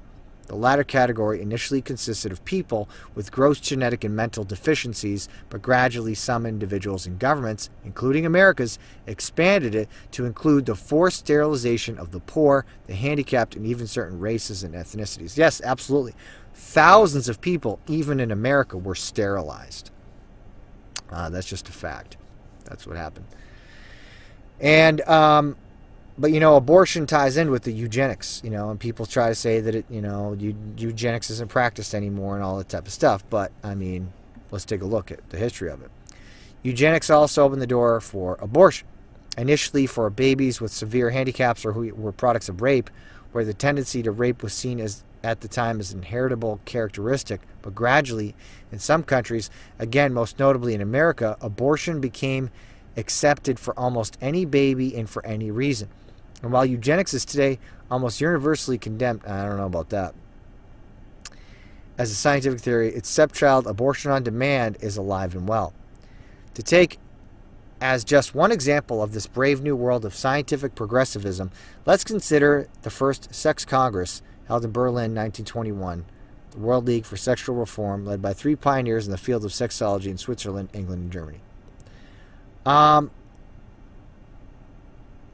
Honestly, I'm going to skip past some of this. You can go, like I said, I'm going to give you the notes so you can go read this if you want. But Havelock Ellis, I'll read a little bit about him.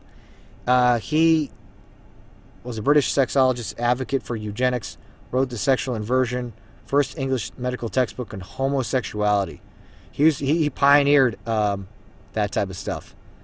So, yeah, some pretty gross stuff. And then he was with Margaret Sanger.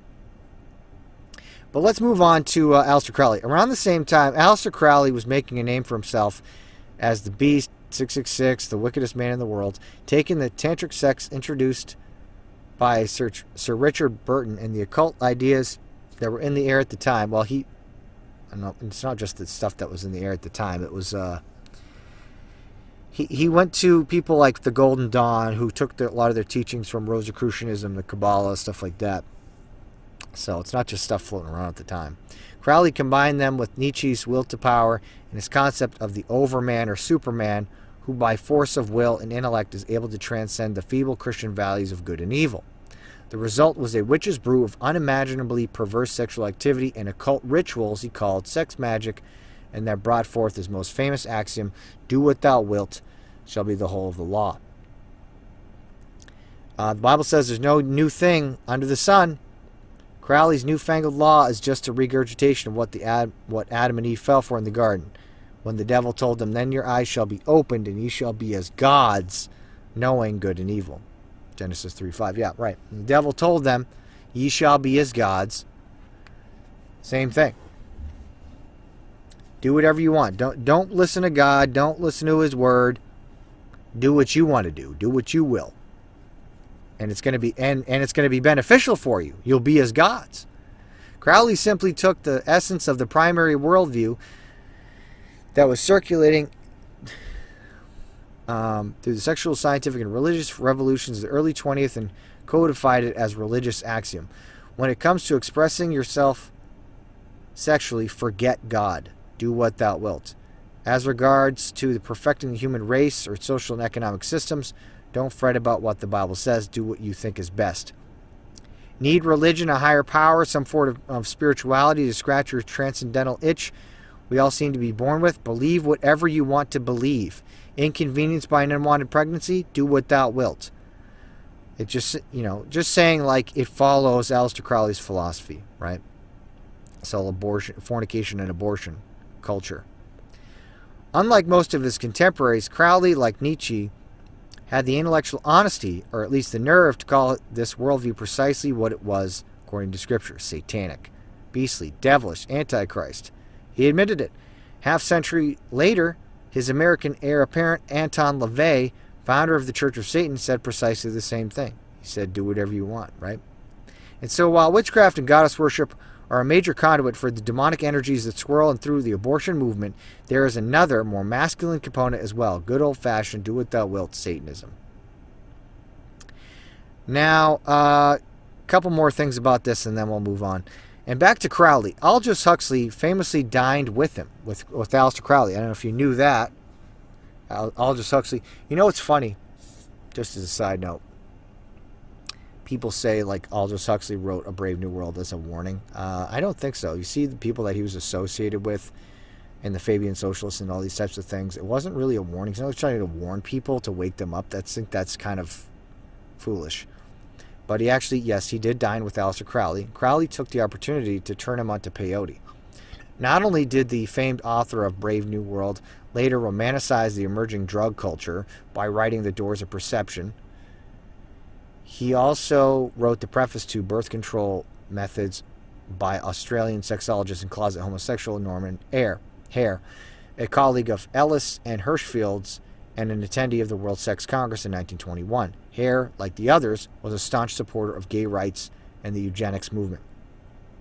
But even more interesting and significant, we got to mention this guy, is the Crowley connection to perhaps the 20th century's most influential sexologist, Alfred Kinsey, founder of the Institute for Research in Sex, Gender, and Reproduction at Indiana University, now called the Kinsey Institute.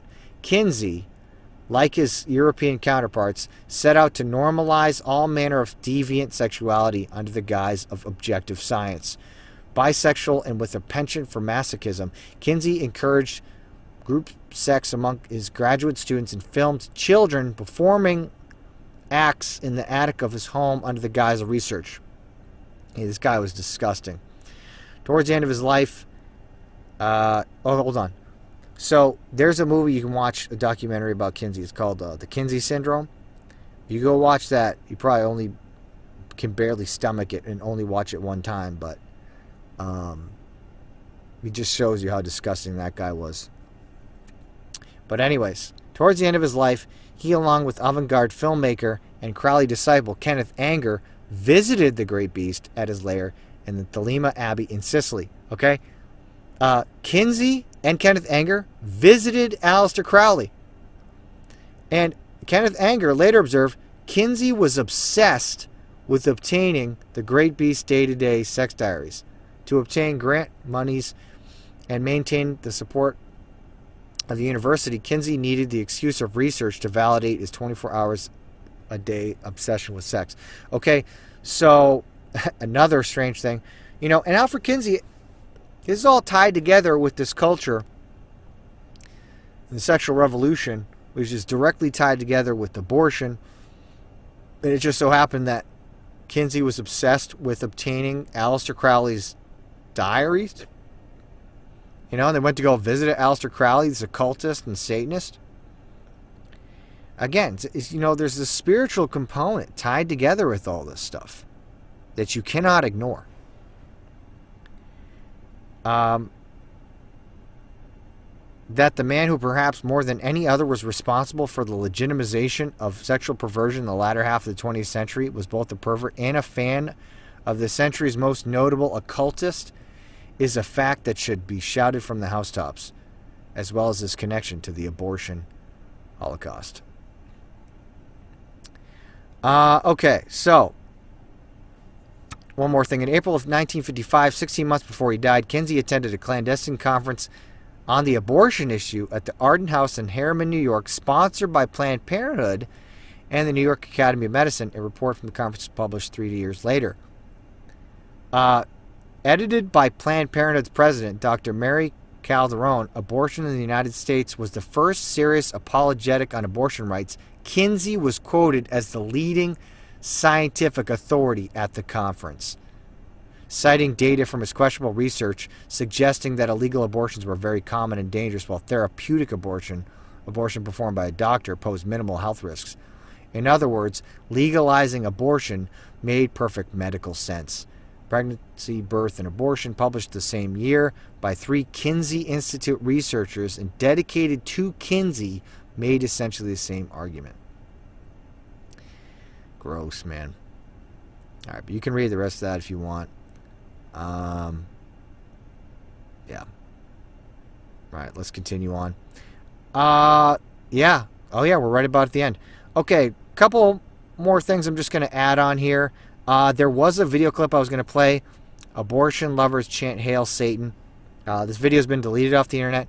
Now, some people were lying, and a bunch of liberals, Democrats, progressives were lying and saying, oh, conservative websites are making it up. That didn't really happen, or it was only one person. But there was video, and it showed there was a group of huge portion of pro-choice people at this protest, and they're all chanting Hail Satan. And they weren't just doing a tongue-in-cheek like Hail Satan and just trying to be shocking. It was a creepy like Hail Satan, and they kept doing it over and over again. It's absolutely weird. And so if you could find that in the archive somewhere, it's there. It was originally here. I provide the link. We're going to look at something else real quick. Again, modern day times. Witch doctor sacrificing children in Africa. Real quick. Not going to spend a lot of time on these last little few things. Oh, and make sure you do not turn it off before I play the last video clip too. Okay. All right. I changed my mind about opening up some of these articles. You know, I have all this in the notes. I'm going to include it in the PDF. If you want to go look at some of this, there's just a ton of stuff. You can go look at those yourself. Witch doctor sacrificing children in Africa. The guy's going around doing this. He's getting away with it because of the corrupt government. And it's going on in modern day times. This was written in like 2011. I got a couple more quotes for you. I want to basically get as fast as I can to the last video clip that you need to watch it. Okay, Witch's view of abortion. The other editorial and metaphysical perspective on abortion by Judith Wise Rhodes. Here's a quote from this witch. There is really no such thing as murder. You cannot kill a spirit. Thus, aborting a fetus is not the murder that so many claim. The spirit will be born in another time and place, perhaps to the same person, perhaps not. Indeed, the spirit knew ahead of time it would be aborted. Perhaps it only needed a short time in the physical to complete some of its own karma. We can't judge. We shouldn't judge. Sounds like something you hear professing Christians say a lot. Judge not. One of the attributes of God, Goddess, all that is justice, which I feel we all get over our many lives. Personally, the attribute I'm most hoping to experience is mercy. With a belief in reincarnation, pagans take a longer, larger view of these things. And this is from New Moon Rising, a magical pagan journal, nmrjournal.com. There's a link. Okay, so she says, no such thing as murder. Aborting a fetus is not the murder so many claim. That's a view of a witch. Here's another one. Witches at abort. So she says, no, it's not murder. But others, like Jeanette Paris, are like, oh, it is murder, but it's a sacrifice to Artemis, so it's okay. Then this witch says, witches at abortion rallies. Wicca and paganism are earth religions. Responsibility for the earth, ecology, pollution, the basic freedoms, such as freedom of choice. The abortion issue has become more and more important among pagans and witches as they find themselves able to be more and more public. You can find pagan folk on the scene at every major demonstration or rally, whether it is to ban nuclear testing, pro-choice, or save the seals. Kill the babies, but save the seals, right? At last, pagans are able to have a voice, to actively speak out for what they believe to make a difference. Doug and Sandy Kopf, New Moon Rising, 28 Letters, 28 is another link. Then another article, like I said, I'm not going to open these up, but video triggers calls for investigation of abortionists. Lieutenant Governor Dewhurst says, I read with disgust allegations babies' heads twisted off necks. So if you go look at that article, this abortionist, abortion clinics workers reported that they saw this doctor take babies that were alive, born alive, and he twisted off their heads to kill these babies. So, totally demon-possessed, disgusting, and evil. Then there's this next article, Satanic Temples, a satanic abortion ritual may challenge states' anti-abortion laws. Now, what's interesting about this is, you know, the Satanic Temple, in my opinion, is a joke, honestly. You should call them the Social Justice Warrior Temple. Now, I could talk a lot about their founder, Lucian Greaves, a.k.a. Doug Mesner, or my sicko. whatever it may be, whatever his real name is. But anyways, you know, they do a lot of things and they say it's all just mocking Christianity, it's just for shock value, blah, blah, blah. They don't actually believe it. Well, in this article, someone from the Satanic Temple says, no, we came up with the satanic abortion ritual, and yes, it is sincere. It's not mocking something. It says everything we do is totally sincere. And does it really matter, though? And because they say they come up with this ritual that a woman does, a satanic ritual that she does all throughout her experience at the clinic all the way to the abortion. And it's like, dude, it doesn't matter if it's tongue-in-cheek and you're saying all this stuff and saying it's a mock ritual. You might as well be doing the same thing, you know? And so, anyways, you can read more about that there. Then this next one. And if this doesn't push you over the edge as far as this topic goes, I don't know what will. Demon-possessed abortion doctor hisses. He says, I like to kill babies. Now, this is from back in 2016. I remember this clip. I don't know. Some of you may have seen this clip. Some of you may have not. But there was a street preacher who wasn't really street preaching. He was kind of talking outside this abortion clinic. And this doctor comes out. And he goes right in the street preacher's face. And it sounds like another voice takes over. And he starts saying he won't come to Christ. And he likes killing the babies. And if this isn't a clear video clip of someone who is demon possessed, then I don't know what. And we'll talk a little bit more about that. But let's watch this video clip. All right, here is the video clip of that abortion doctor. I pray, sir, you got to repent, sir. You got to repent, sir, for murdering babies. Why? Because it's a sin before God. Why? Wow. Stinky breath. Yeah, Why? that's pretty evil of you, sir. Yeah, I am. And I hope and pray that you... Yeah. Well, that's what you do to babies, huh? Yeah, I love it. You love it, huh? Yeah, I do. Okay, I hope that you come to Christ, sir. Oh, I never go to Christ. I hope that you come to Christ, No, sir. I don't go to Christ. Yeah, I don't listen to Christ. You will have a darkened heart, sir. I do have a darkened heart. Yeah. You have a darkened heart. I do very, very much so. And you will stand before God in judgment day. Yes, I will. Every day. You will stand before God in judgment day. Yes, I will. Every day. All of the babies that you have killed. I love it. Yeah, keep tearing the babies apart. Yeah, I will. Keep tearing the babies I apart. will. Keep tearing the babies apart. Yeah, sir. The babies...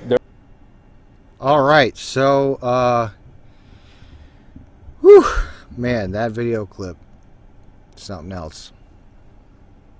How some people, they always have to try to make up lies and stories and say, oh, you know, he was just trolling that guy. Come on. You want to know how I know this guy wasn't trolling? Because he lost his license after this. Okay, goofballs. Let me show you. Alright, so that was that video clip. And then, so that was in 2016. And then the same doctor lost his license, had to shut down. And here's the article that talks about that. San Diego abortion doctor surrenders medical license. Robert Santella admits unprofessional conduct after a confrontation with anti-abortion protester. 2017, lost his medical license. Here's the link to the article. And then he suddenly died shortly after in 2018. Very strange. But anyways, that's the end of the history and all this stuff. And I'm gonna add a conclusion right now. But just want to recap what we talked about. So, I wanted to show you the witchcraft and pagan connection to abortion, and really the spiritual nature of abortion, what's going on behind it, behind the scenes, under the surface. That there's a demonic aspect behind it, a satanic aspect under it. Absolutely satanic. Evil. And so, you know, we took a look at witches' statements themselves, other accounts, the daughter of witches, We looked at all throughout history, books, articles, video clips, over and over again, documenting this connection between witchcraft, paganism, and child sacrifice and abortion. So, after having looked at all that, I want to talk about a couple things for the conclusion. Now, first of all, if you're not a Christian, this is what I'm going to say to you. If you're not a Christian, you must see that the promotion of abortion is not simply for earthly, material reasons, but that there are spiritual forces behind it, driving people to murder babies. What spiritual forces, you may ask? Well, let's look at what the Bible says. 1 Corinthians chapter 10, verse 20. But I say that the things which the Gentiles sacrifice, they sacrifice to devils, and not to God. And I would not that ye should have fellowship with devils. You cannot drink the cup of the Lord and the cup of devils. You cannot be partakers of the Lord's table and the table of devils. Okay? Witches sacrificed to idols and false gods, right? They talked about Marduk and all this stuff. But the Bible says that they are really sacrificing to devils. It doesn't matter if they believe it or not, whether they are aware of that or not. The devil and his angels push people to sacrifice the innocent and give them power in exchange. And it doesn't matter whether they know that or not. In Lavoison's case, she was doing black masses. They were talking about the devil. Sometimes, especially throughout history, they just knew what they were doing. In fact, that goes on in modern day times today. I could tell you about some stuff that goes on in Haiti today, and they know that they're dealing with the devil. They just straight up admit it. And they know where to get the power, how to get the power. Okay? But it doesn't matter. Whatever they sacrifice, they're sacrificing to devils. And you do not, the devil and his angels push people to do this, though. And you do not want to have anything to do with the devil and his angels, as I will show you their end. Let's look at the end. What's going to happen to the devil and his angels in the end? Matthew 25:41. Then shall he say also unto them on the left hand, Depart from me, ye cursed, into everlasting fire, prepared for the devil and his angels. Hell is everlasting fire. It is prepared for the devil and his angels. And Jesus says here that all who are not saved and follow the devil will go to the same place as the devil and his angels. You'll go to the same place. That's a fact. And the same warning is given to sorcerers, which are witches and those that practice magic and occult, all that stuff. It's given to idolaters, the people that worship false gods, and murderers, such as the killing of an infant in abortion, of a baby in abortion. That's murder. Okay, so it talks about that in Revelation chapter 21, verse 8. But the fearful and unbelieving and the abominable and murderers and whoremongers and sorcerers and idolaters and all liars shall have their part in the lake which burneth with fire and brimstone, which is the second death. Okay, so we got here sorcerers, idolaters, murderers, all going to the lake of fire, everlasting fire. That's where the devil's pushing you to go when you partake of these things. And my warning to you is repent before it's too late. And I urge you to please watch my video called Truth in an Age of Confusion, How to Know the Truth and Be Saved. And I outline that for you. And if that's something that if you're going to heed the warning and you want to get that settled and you don't want to follow the devil and his angels to hell forever, then watch that video and you'll find out what to do. And to all Christians that have watched this, I suggest highly you go watch my video called Strongholds of Satan, the Strategy for Pulling Them Down. Because I've showed you today the very serious reality of what's going on with abortion. And it's 100% evil, satanic, and you're not going to get rid of it by voting it away. That's the point here. Okay? You're not just going to vote this away. You don't just overturn Roe and boom, it's gone. Now, I'm not saying you shouldn't strive to pass laws. You should. But it's not going to happen that easy. And it's all just gone. And so, you better understand the spiritual fight you're in for. And that you need to engage in if you truly are upset about what's going on. Then you need to understand that it's a spiritual part of a spiritual war. It's just a manifestation of it. We wrestle not against flesh and blood, but against principalities and powers. It's the rulers of the darkness of this world, against spiritual wickedness in high places. It's a spiritual fight. And many are too caught up in fighting materially, physically, these types of things, politically.